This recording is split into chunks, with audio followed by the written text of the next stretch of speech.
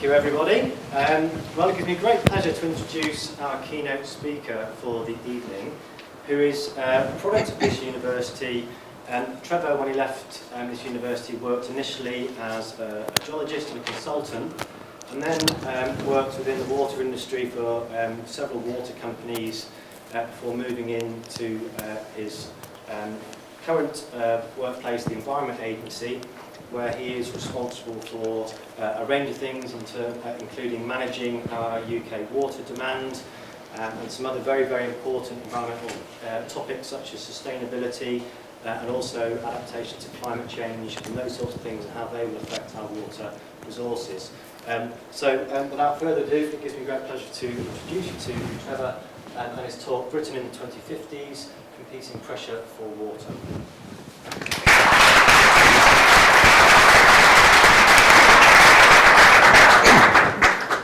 Thank you, Jason, and good evening, everyone. It's a great pleasure to be here. It's the first time I've been invited back, so it's taken me a lot longer to get invited back than my fellow alumni, which I think just represents how bad a student I was. So the better you are, the quicker you get invited back.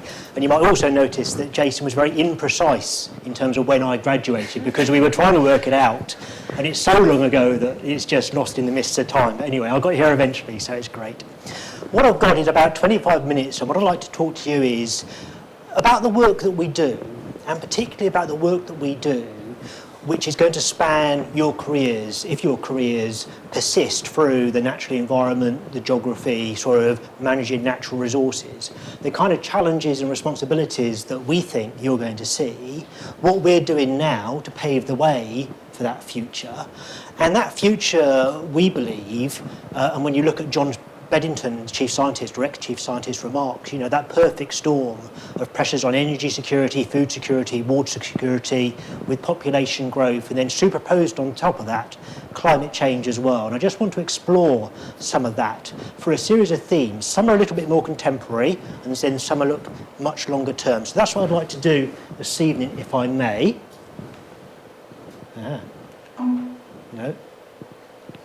Yes. Just got to press the button harder. I thought I'd start first of all just explaining who we are, because you might have had some contact with the Environment Agency, but it's quite a sort of multi-headed hydra, does lots of different things. It's a very big organisation. We're about 11,000 people, about £1 billion a year business, if you want to call it a business. So I'll just run through some of the things that we do. So over on the top right-hand side, you know, we do a lot of flood risk management, and you particularly probably saw a lot of that on the TV last year. It takes a great deal of our time, a lot of our money of investment.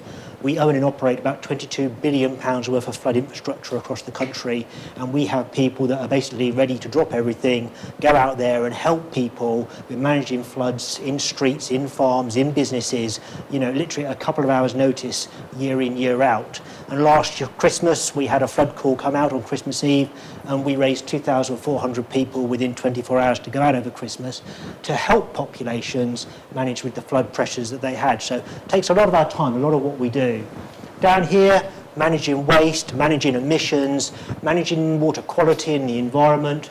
Going across, we also do biodiversity in terms of fisheries and aquatic biodiversity, but we also have a sister regulator called Natural England, who very much leads a sort of terrestrial type ecology and those kind of management of triple SIs and environmental sites. So we work very much in harmony with them.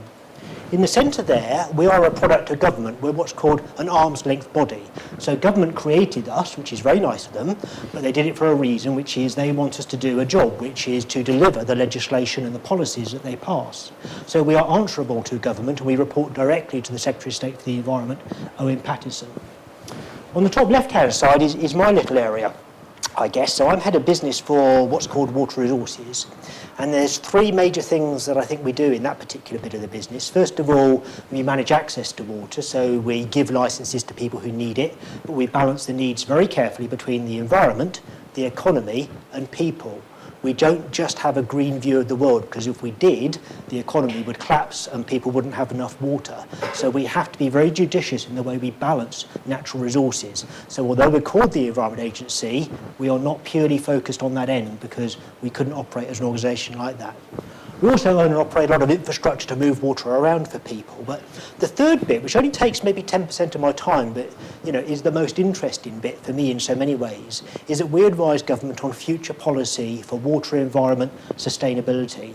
What are the future pressures ahead? What legislation will be needed? What policies will be needed? And how do we move that forward? How do we win over stakeholders and make that happen?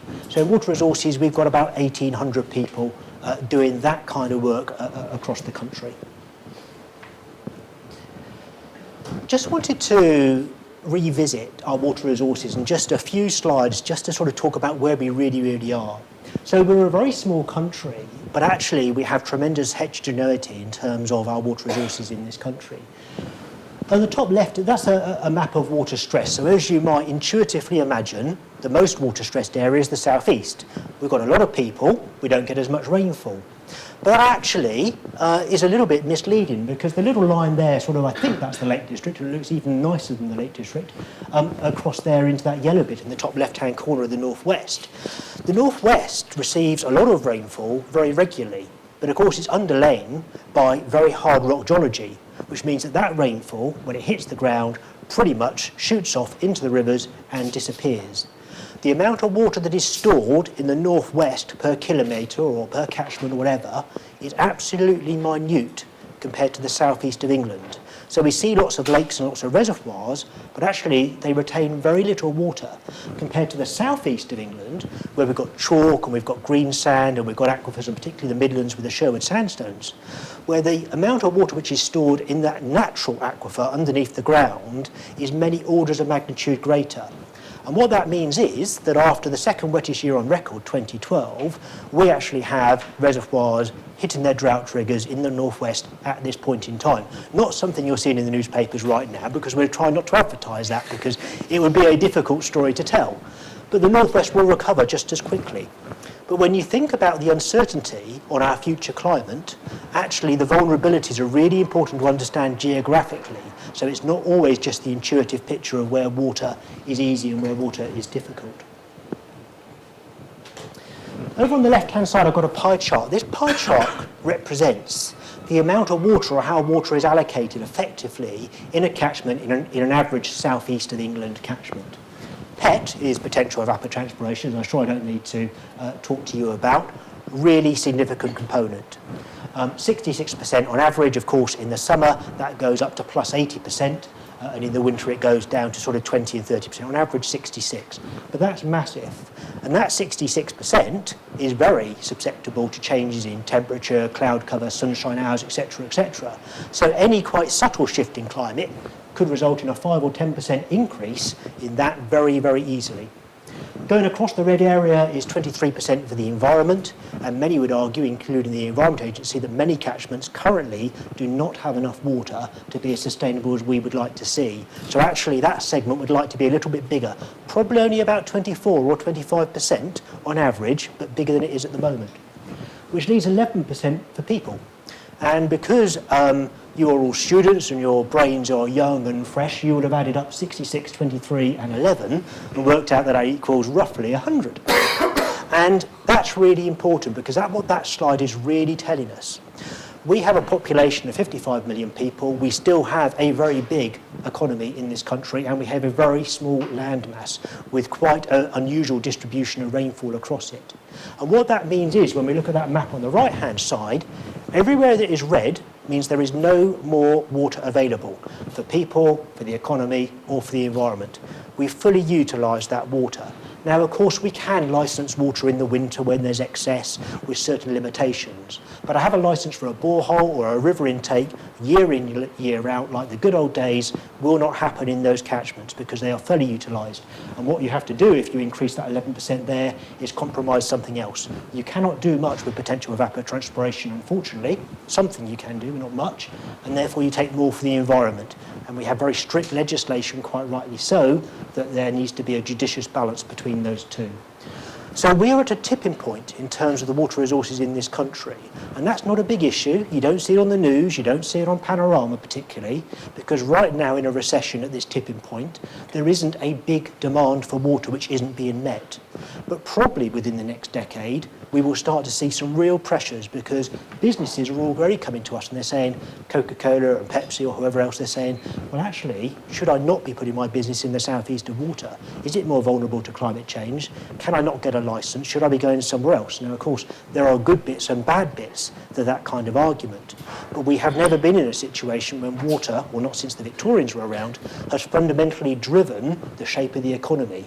In the future, we could see that happening. And that's a real seed shift in where we are. What I want to do now, my next theme, is to just go on to drought. We had a drought between 2010 and 2012, which was probably quite seminal in nature. For me, it was another very important turning point. And I just want to sort of go through what happened, why it was a turning point, and what I think it will mean over the next couple of decades in terms of the way that we use water resources. And it will set the scene to the conversation I then have about climate change, population growth, and those future pressures looking out to the 2050s. So it raised a number of questions. What do we plan for today in terms of water resources and drought management? You will say I would say this, wouldn't I? But I think it's been agreed with my international colleagues that probably the way that we plan water resources in this country is as sophisticated and robust as anywhere else in the world. And I spent time with the Australian government, with the federal government in the US, looking at long-term planning, these kind of things. And what we take across there and show them how we do it, is very sophisticated. But I'll come into that a bit more in a minute. So we plan in 25 years ahead. All water companies under statute need to plan 25 years ahead. We then analyse those and then advise government whether those plans are good enough to be sustainable for the future. So that all sounds very good and rosy and we can all sit back and relax. But what happened in this drought was that it was particularly serious, even though it wasn't that sensational in the media. It became very, very clear to government that we cannot plan for zero risk and that we only actually plan for the worst drought on record. We only have records from 1910 through to the current day. That actually is an extremely short time period to plan against. And we know in the 1800s there was a 7-year drought. The worst we plan for is a 2-year drought. And what government also realised is that actually if we had a late 18th century drought on top of the situation we had then, what would failure to public water supply, to energy security and food security in the UK in an Olympics year really mean? Considering what standpipes and rotor cuts would mean in London in the 21st century is a very scary thought for a government. And for that reason, that's one of the reasons that this was really quite a seed change, because people didn't understand what we planned for. We can't, or we haven't planned for more than that because there's a law of diminishing returns, because you don't know when that super drought will occur or if it will occur in the next couple of decades, and the costs are incrementally higher and higher as you go forward. And the real question, of course, is the way we plan our water resources, the way we plan our water quality, the way we plan our whole water infrastructure is absolutely predicated on a stable climate regime. We look back and we say that the climate oscillates within certain sort of frequencies, periodicities, durations and severities, and we plan the capacity of our reservoirs, the capacity of our effluent plants, all on that historical sequence. And that's the base assumption for everything we do. And we're only now starting to really appreciate what climate change means in terms of that base assumption not only is invalid for our future investments of what infrastructure we do and don't build, but also for all the infrastructure that we think we've banked and have relied on in the past may not be as sustainable as it has been in the past. So some very big questions there. So just to drill down into the drought, so the left-hand side is departures from the mean for rainfall over that 2-year period. All the red ones are obviously below the mean. And what you can see there, I know it's a little bit difficult with the lights, but actually what we had was 2 particularly dry winters. And the way we run our water resources, and this sounds a bit scary, but it's the reality, is that we have too much water in the winter and not enough in the summer. So we collect it in the winter, both naturally and reservoirs, and then we have a natural decline. And that decline's fine as long as you then recharge at some point. And as I said earlier, we plan for 2 dry winters, so that's fine. But if you have a 3rd dry winter, that goes beyond our planning assumptions. And by April 2012, what we had was a situation where most of England, certainly the Midlands, the South East and South West and East Anglia, were in a drought every bit as serious as a situation at that point in 1976. And if you superimposed a 1976 heat wave and low rainfall on top of that, we would have gone past our planning assumptions. And that's why it was so scary. We do a whole load of reporting and analysis on the environment, and I think it's something we probably should be quite proud about and quite pleased about. So we had a good understanding of where the natural environment was, both the ecology, the biology, but also the hydrology and the hydrogeology going through the system, soil moisture deficits, how that affected farmers, the vulnerability of power generation, etc., etc. So lots of data in terms of how we manage water today, which is very useful, updated on a weekly basis. A lot of it's online, so canoeists can see when they can shoot the rivers, etc. It's all good stuff. So I just want to drill down into why this drought was different than all the ones I've seen before in my career. First of all, that point about resilience that I mentioned earlier on was absolutely key. And government showed a really keen interest, a keener interest in water resources than I've ever seen in my whole career. So Richard Benyon, the then Secretary of State, Caroline Spellman, absolutely tuned in, going in to see them on pretty much a weekly basis. What's happening? What are we doing? All this kind of stuff. Very painful, lots of awkward questions, not a lot of fun, but actually I wouldn't have had it any other way, because having their interest, having their commitment was really important to then get some tough decisions made about, what we're prepared to give up, what we sacrifice, how we share water around, and how we conserve water. So lots of resilience issues, lots of political interest. Drought governance was also important. In the past, drought has been a slightly annoying event for both us and the water companies and others that comes along, and we all worry about what the television sets are going to say, and we just can't wait till it ends so we can get on with our interesting day job. This time, I think we realised it was something quite different, partly because of climate change, and there were serious questions asked by government, but also CEOs of water companies. Is this the start of climate change? Because no one knows, and you won't know till you're well into it. So the psyche had changed there.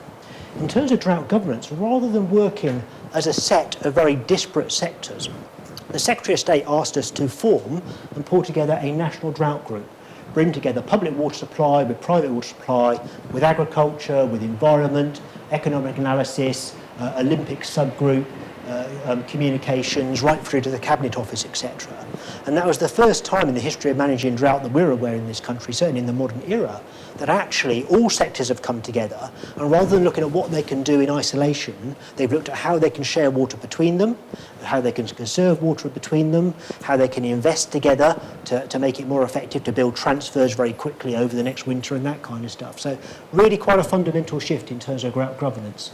And that governance has stayed in place, because what's happening now is we're having a National Water Resources Group where all those people are going to be meeting on a regular basis, even during peacetime. The water community developed because of that in a way that we've never seen. So in the past, there's very much been a situation where there's been regulators and there's been those that have regulated. And I think we're coming to a realisation that that way of working will not be appropriate for the future. So in the Environment Agency, we don't see ourselves as a regulator who gives out permits and slaps wrists when people get something wrong. We have to see ourselves now, and government are completely behind us, as part of that water community. And if people do something wrong, that's as much our problem as their problem. And okay, they get penalised and we take them to inquiry or hearing or whatever. But actually, we should not have got to that point. We should have been working together. We should have found a way through it. And of course, accidents happen. Occasionally you get bad management, and that's inevitable. But that should be the exception, not the rule. So a real seed change in terms of that water community and the way regulators and the people that are regulated work together as one team, still keeping a little bit of distance between them for when push comes to shove. The media was another seed change in terms of the way that we manage drought. In the past, we've seen invitations to appear on Channel 4 News as a career-limiting event that you avoid at all cost. We decided to completely turn that on its head. We decided to embrace the media. We decided to not turn down any interviews to be involved. And to be able to do that, we decided between all those sectors, the water industry, agriculture, power, the Environment Agency and government, that we would all say the same thing. We would come to a common understanding about what the situation was, what the pressures were, whether people were to blame or not, rightly or wrongly, and also what needed to be done. And that was a real change. And it was hard work to do that because it's very easy to try to settle an old score during an interview with a water company that you don't agree what they've done, etc., etc. But all of us rose above that. And it had a really profound effect. I've been through some quite big droughts in my career in different water companies. I've been in the water industry before joining a regulator. And a vast majority of the public tended not to understand what the real problem was, had confusing, conflicting messages, had a relatively low level of confidence in terms of the water industry, the water sector overall, and government, what government was telling them. And because of that, they very often didn't want to act because they didn't know who to believe, they didn't trust them and have the confidence.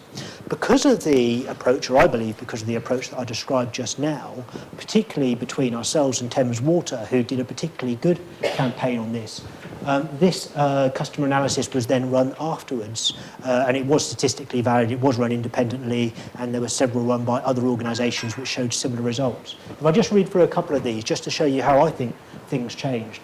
I have a good understanding of why there is still a serious water shortage, even though it's rained. So over 70% of people understanding how you can have 1,000 properties flooded in the southeast of England and have a hosepipe ban at exactly the same time. Now, if we try to convince ourselves that we could have achieved that kind of confidence in the messages that were going out before the drought, it would have been, we would have been nowhere near that. We would have think that would have been completely inverted, and that still would have been a good result.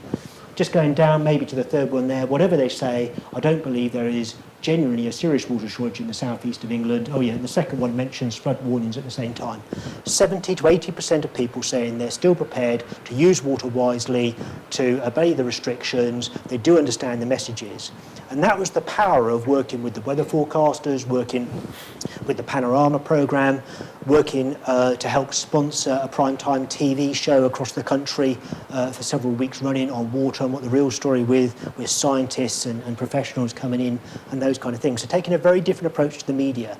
And for me, this is incredible because I never thought I'd see those kind of numbers. It's a real sea change. And it's not important just for that drought, it's not important just for future droughts. It's really important when we think about the pressures we have to face over the coming decades, because if we can't bring society with us, we will not achieve what we need to achieve to help them, ourselves and the economy. This is just being a bit techie. I'm allowed to be techie every now and again. Lots of work to understand how much water the environment really needs, because we looked at that pie chart and we said we've used all the water, so what do you do next? Because actually there are going to be future pressures. The size of that pie chart will shrink, and the size of those wants from businesses, from people and from the environment is likely to increase.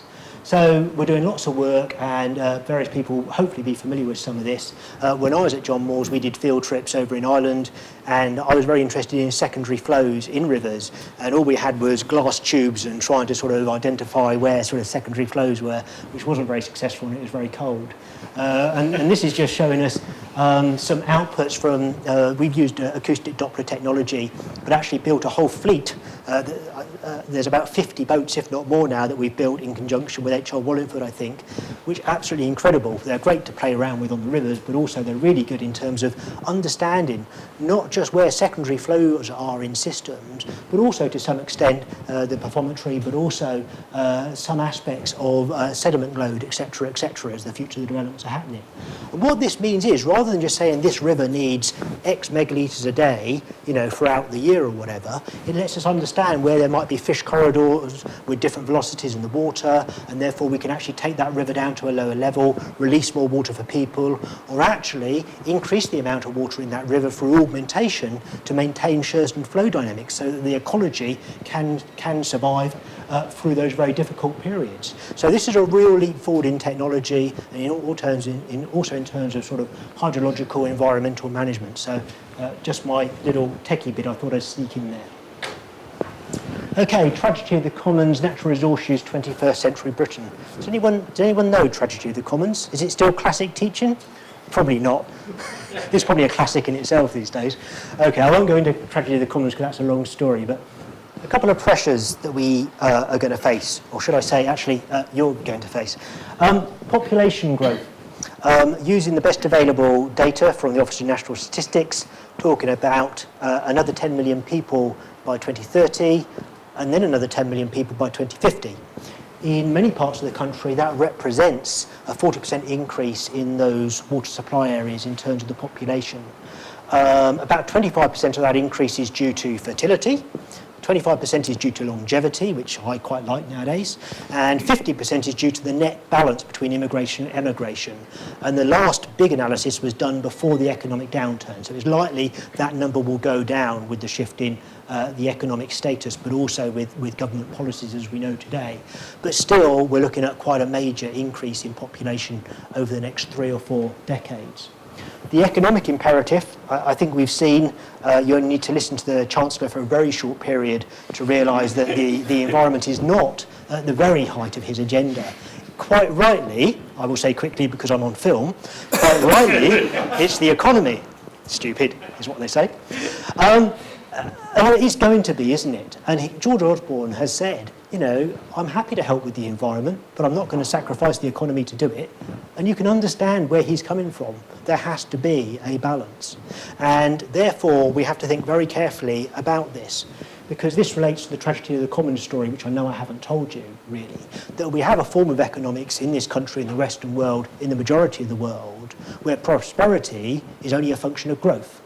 And of course, there has to be a point at which growth cannot continue. But no one knows where the carrying capacity of the Southeast, the carrying capacity of the UK, or the carrying capacity of Europe or the globe sits. But there is a real issue there in terms of the economic imperative will continue to drive a demand for water, certainly unless we see a fundamental shift in technology, for which there is no glimpse on the horizon at this point.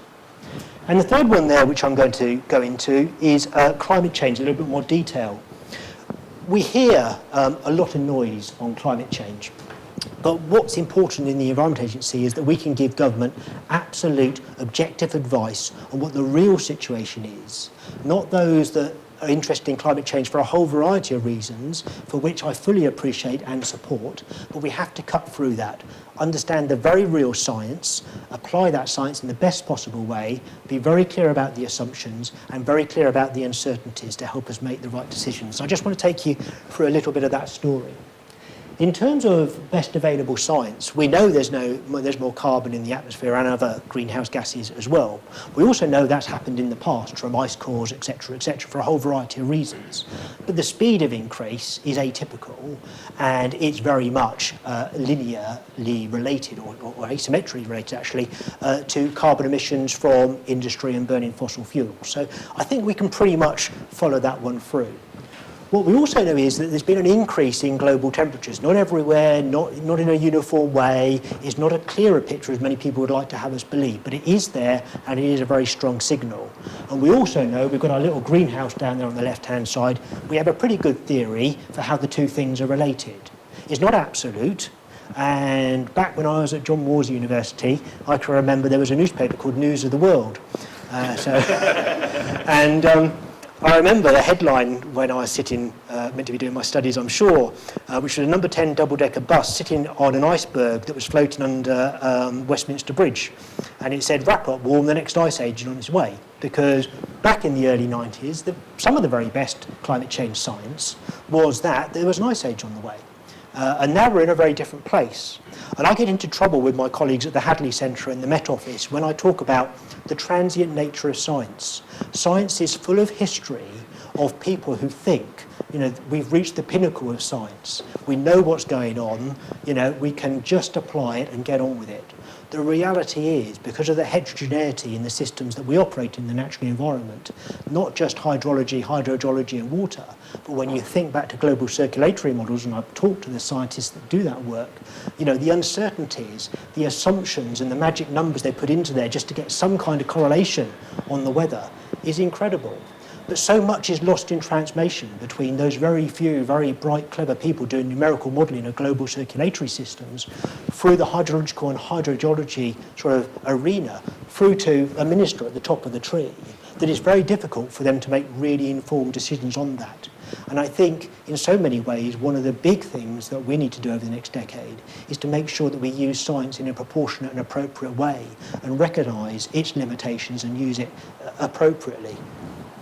So lots of things there in terms of managing uncertainty. And of course, if we knew that climate change was going to happen, it was going to start on April the 4th, 2024, and it was going to be a regular 0.5 degree increase in temperature, we could manage water. We could start doing that now. We could deal with it. What we can't deal with is the enormous uncertainty inherent within the science that underpins climate. And I spent a little bit of time with the Australian government about 2 years ago, and this is a graph I picked up from Perth Water Corporation in Western Australia. And they're in a situation that we might find ourselves in. So they had a pretty stable climate through to about the early 80s, and then what they saw was not an incremental shift in their climate, they saw a step change. They saw a shock to the system that took the average water, down by about 30%, that blue line, that second blue line along there. And then in the early 2000s, another step change in the system. And that's what is very difficult to manage. An incremental change you can manage even if you can't predict it. What you can't manage very easily are shocks to the system, particularly when you've fully utilised your resource. In Western Australia, they hadn't. They had some flexibility within the system, which enabled them to get through those transition periods and recalibrate what they do, build desalination plants within 18 months and all these kind of things. So we don't have that luxury, and we're thinking very hard about whether we need to build that into the way that we do things. The next thing we did is, what happens? You've got all these clever climate change scientists over there. You've got all these clever hydrologists and hydrogeologists over here. What happens if you put them into a room? It's quite a frightening thought. So we did, and we said, if you take all the perturb factors from the climate change models, all the scenarios that come out from UK SIP work, you put it in the very best available understanding of recharge, down to groundwater, runoff, base flows into the rivers, looking at the hydrology responses, etc. What happens? And these are just 11 equally probable scenarios, river flows in the 2050 when you do that. Where it's sort of red and yellow, you're looking at a change in flows of probably in excess of 50%, so half of what we have today in rivers and naturalised flows by the 2050s. And I'll remind you again, we fully utilised our resources, and the rivers are already struggling. So actually, this is quite a fundamental shift because you only need quite a subtle shift in climate to have a cascading effect on availability of that natural resource. So this was quite scary stuff. You also notice that most of the red occurs on the west side of the country. And that's because of that point I talked about earlier, that the west of the country, hard rock, very little groundwater, so very flashy. So when you get a change in the periodicity of rainfall, you actually get a response in the rivers relatively quickly. Whereas in the southeast, they've got that base flow component to get them through that change to some extent. What we then did is think about, well, okay, that looks a bit scary. What can we do to manage water in the 2050s? Can we actually, the government were asking this, well, this is a bit scary, can we manage societal, economic and environmental needs in the future? Is there a way to do this? Because if we can't manage water, we don't have a vibrant economy, don't have a vibrant society, and we certainly don't have an environment that we can be proud of. So we started to look at this, and this map on the right-hand side is the wrong map. That's the right map. So the map on the right-hand side there shows us the gap between supply and demand when you apply climate change factors on an assessment in terms of what's going to happen to energy, what's going to happen to agriculture, what's going to happen to people's demand for water and the environment. You cannot model out to the 2050s for that degree of complexity. So we modelled out to the 2020s, and then what we did was employed what are called futurologists, who are a different species altogether. These are people with very high foreheads who can tell you, who can help you to understand the range of scenarios that you need to plan for in the future. So you can see some scenarios there. I can't read them from here. So there's a whole range of scenarios in terms of the way water might go, how energy use might go in the future, the mix of nuclear, the mix of gas, the mix of renewables, how agriculture might go in terms of where we are with irrigation, crop type, land use, how that might affect recharge, and people's use of water. So you put all those together and what you come up with an envelope of a very scary future. And then what you do in this approach to managing the future and advising government is you throw policy options at that envelope and you see which ones meet the widest range of possible futures, because all those futures are equally probable, equally scary and equally probable. So that's the way that you develop policy with government in terms of the long term. So this futurology type approach, very much a system-based approach, which is really, really key. On the right-hand side here, where you've got red, you're talking about, as I said, a 50 or 100% or even 200% gap between supply and demand where there is no water available. So very important. One of the most fundamental questions that we will face over the next couple of decades is when we think about that original pie chart, is how much we protect the environment, because the 23% that it has now is based on the environmental needs of the climate that we have now. If the water in the rivers is 2 or 4% warmer, if there is a different frequency of rainfall and flows, etc., much of our legislation obliges us to preserve the environments that we have today. Under that situation, what you'd have to do is effectively build biodomes over all our rivers and wetlands and catchments and artificially protect them for the future. The reality is that isn't going to happen. We're not going to be able to afford it, neither is it sustainable. And therefore, there's a really difficult question for all of us about what environment do you protect? Because the environment, or much of the environment, cannot adapt as quickly as climate change will occur. Sessile oak woodlands in the southeast of England cannot move to the Midlands by 2030 and then move up to southern Scotland by the 2050's. They take hundreds of years to establish, and therefore with those timescales they would simply disappear. And when you look at the vulnerability of different species and different habitats, that's a really, really scary question. So you can't just superimpose, the nice habitats that we see in the middle of Spain at the moment and put them in the southeast of England and say, well, all the birds will fly north and it will be fine. Actually, it's a far, far more complex challenge that we have to deal with the environment. So how much water do you allocate for the environment when there isn't enough for people is a really scary question. Okay, lessons we learned from this. Starting to define an envelope, but major uncertainties, but it's the best available approach we have now. We've literally worked with people around the world. We're pretty much all using the same type of approach. Model out to your confidence limits, and then you have to move on to scenarios. There are no positive scenarios. They've all got problems. I'll have a beer later, that'll be fine. Science for climate change, unlikely to significantly resolve these uncertainties. Unless we have a breakthrough in science, in our understanding of the natural environment, we have to be very careful about the way that we use models and our reliance on them to give us all the answers that we need. We need to use other techniques in combination. So science for impact, big opportunity to improve about how we do adaptation, significant risk for poor adaptation. I'll skip this one because I'm just running a little bit late, and I've just got 2 slides now that I'd like to finish on.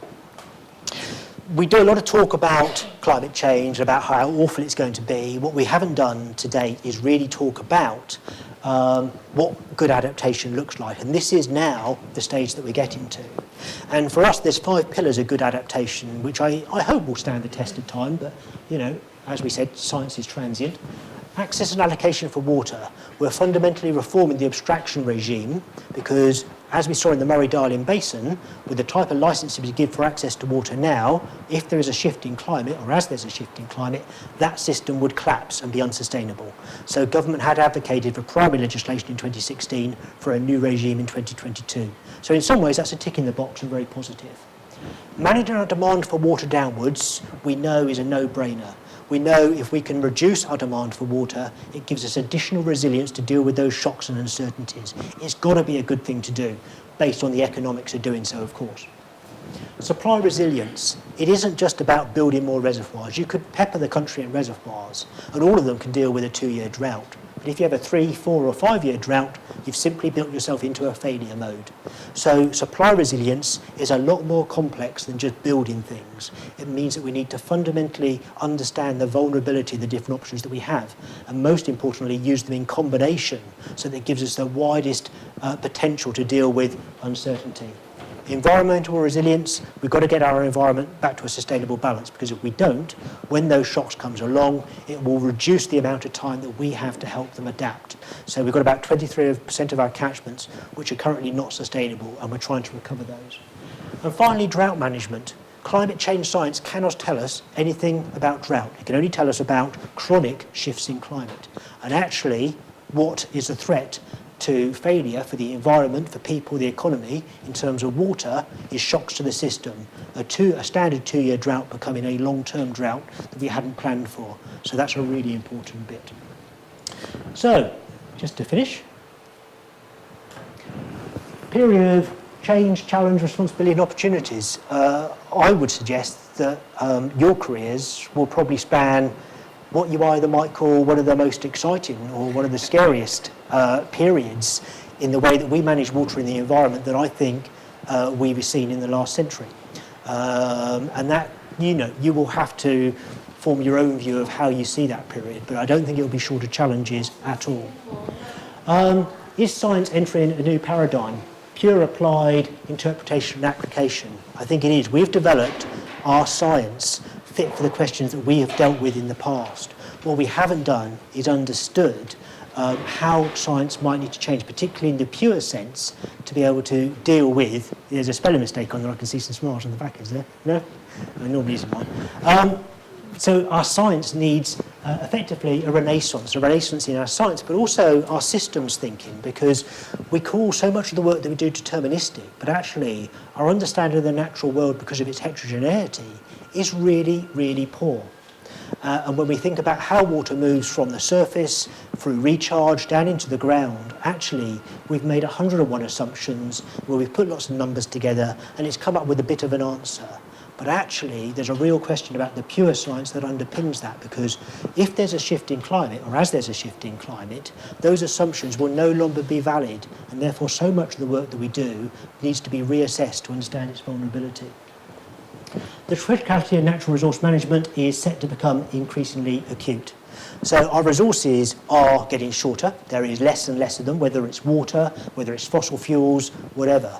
Many of them are either limited, even if they're renewable.